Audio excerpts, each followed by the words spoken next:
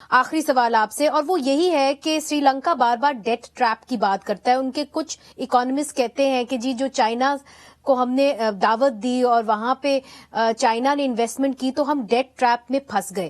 کیا آپ سمجھتے ہیں کہ پاکستان نے جو معاہدے کیے چائنا سے and 1/3 of our foreign debt بھی او ٹو چائنا، تو کیا ان کے جو لونز تھے وہ بہت سخت تھے؟ چونکہ کچھ اکانومسٹ جس طرح کے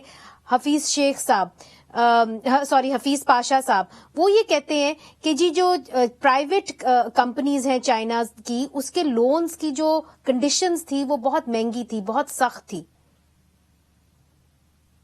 جی یہ بات کافی حد تک درست ہے. پاکستان اس وقت یقیناً ایک ڈیٹ ٹریپ کی سچویشن میں پھنسا ہوا ہے. اس ڈیٹ ٹریپ کی وجہ چائنا کے لون بھی ہیں اور نان چائنیز لونز بھی ہیں. صرف چائنا کا مسئلہ نہیں، یہ باقی لونز بھی اسی ٹریپ میں ہمیں پھنسایا ہوا ہے. جب میں نے پھر وہی بات آ جاتی ہے کہ میں پہلے اس لیے میں بار بار کہتا ہوں کہ ہمارا جو ڈیسیجن میکنگ پروسیس ہے وہ فنڈامنٹلی فلاڈ ہے.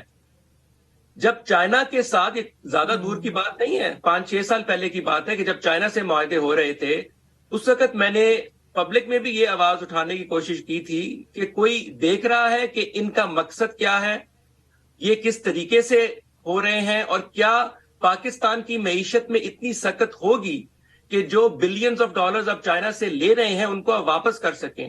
کیونکہ جو سمپل میتھ ہے وہ یہ کہتی ہے کہ اگر آپ ڈالرز میں بورو کر رہے ہیں، جب تک برا فیصلہ میں تھا. صرف ایک بات اپنی مکمل کر لوں، اگر آپ ڈالرز میں چائنا سے بورو کر رہے ہیں، اس کا آپ استعمال صرف ان چیزوں میں کرنا چاہیے جس سے آپ ڈالرز پروڈیوس کریں گے تاکہ آپ چائنا کو پے بیک کر سکیں. ہم نے کبھی اس بیسک سوال کی طرف غور ہی نہیں کیا جب ہم پیسے لیتے ہیں چائنا سے اور دوسرے ممالک سے. اسی لیے جب تک ہم اپنے جو صلاحیت ہے نا فیصلہ کرنے کی حکومتی اداروں کے اندر، اس کو بہتر نہیں کریں گے اور ہم اسی طرح چلتے رہیں گے کہ صرف آن ومز آف این انڈیویجول ہم ڈیسیجنز لیں گے، تو پھر یہی حال ہوگا جو آج ہمارا ہوا ہے.